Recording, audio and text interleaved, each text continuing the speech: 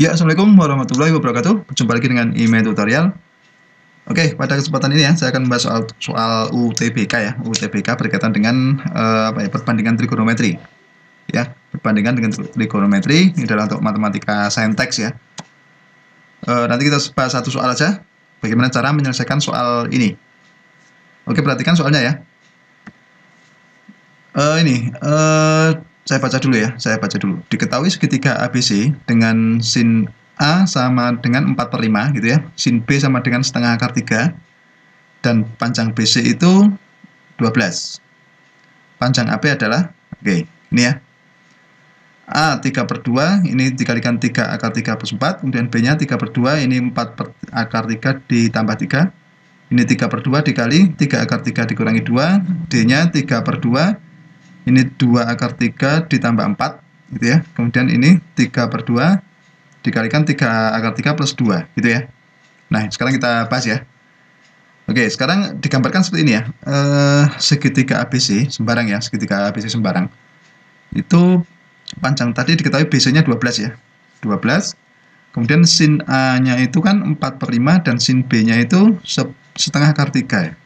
Gitu ya. Oke, sekarang kita lihat dulu.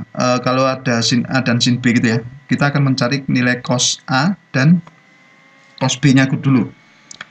Oke, tanpa memperhatikan segitiga ini dulu ya. Kita diketahui sin A itu kan 4/5, berarti kita cari cos A-nya dulu. Kita ingat rumus ini ya, cos A kuadrat itu sama dengan 1 dikurangi sin kuadrat A, gitu ya. Ingat kan, sin A kuadrat ditambah cos A kuadrat sama dengan 1. Berarti kalau kita mencari cos A kuadrat itu kan 1 dikurangi sin kuadrat A, gitu ya. Nah, sekarang kita masukkan angkanya saja.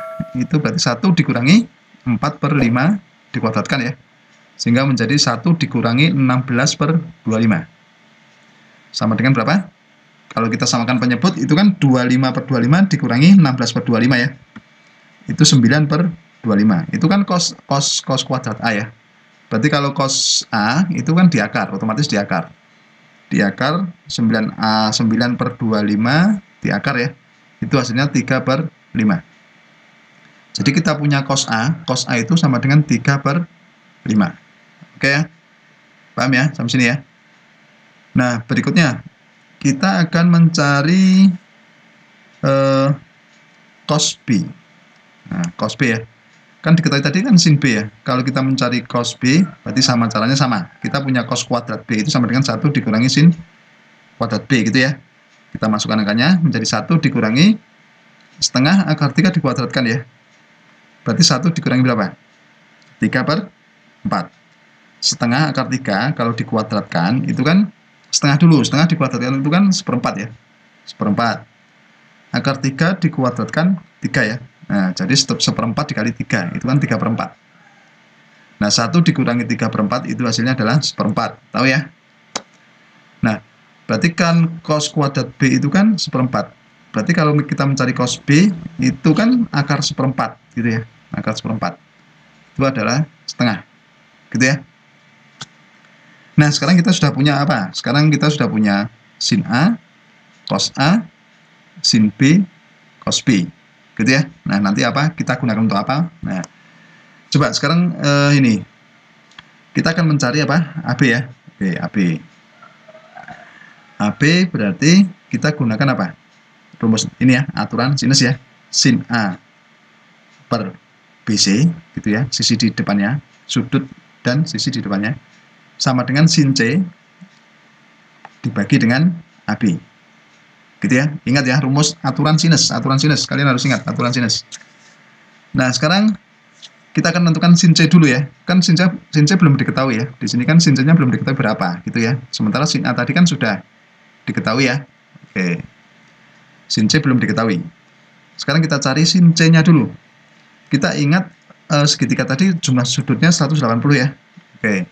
Kalau mencari C itu kan berarti kan 180 dikurangi A tambah B gitu ya. Paham ya sini ya?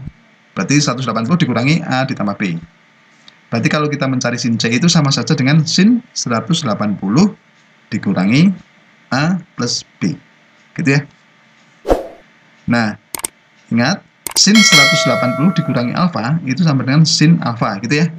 Berarti kalau ada sin 180 dikurangi A plus B, itu sama saja dengan sin A plus B. Oke, dari ya, sini ke sini tahu ya. Nah, sekarang kita gunakan rumus sin A plus B. Apa? Sinus jumlah sudut.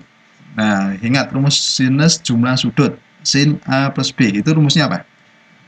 Ini kan sin A cos B ditambah cos A sin B. Oke? Tidak, tadi punya itu ya, sin A, cos A, sin B, dan cos B itu ya. Kita masukkan angkanya saja di sini.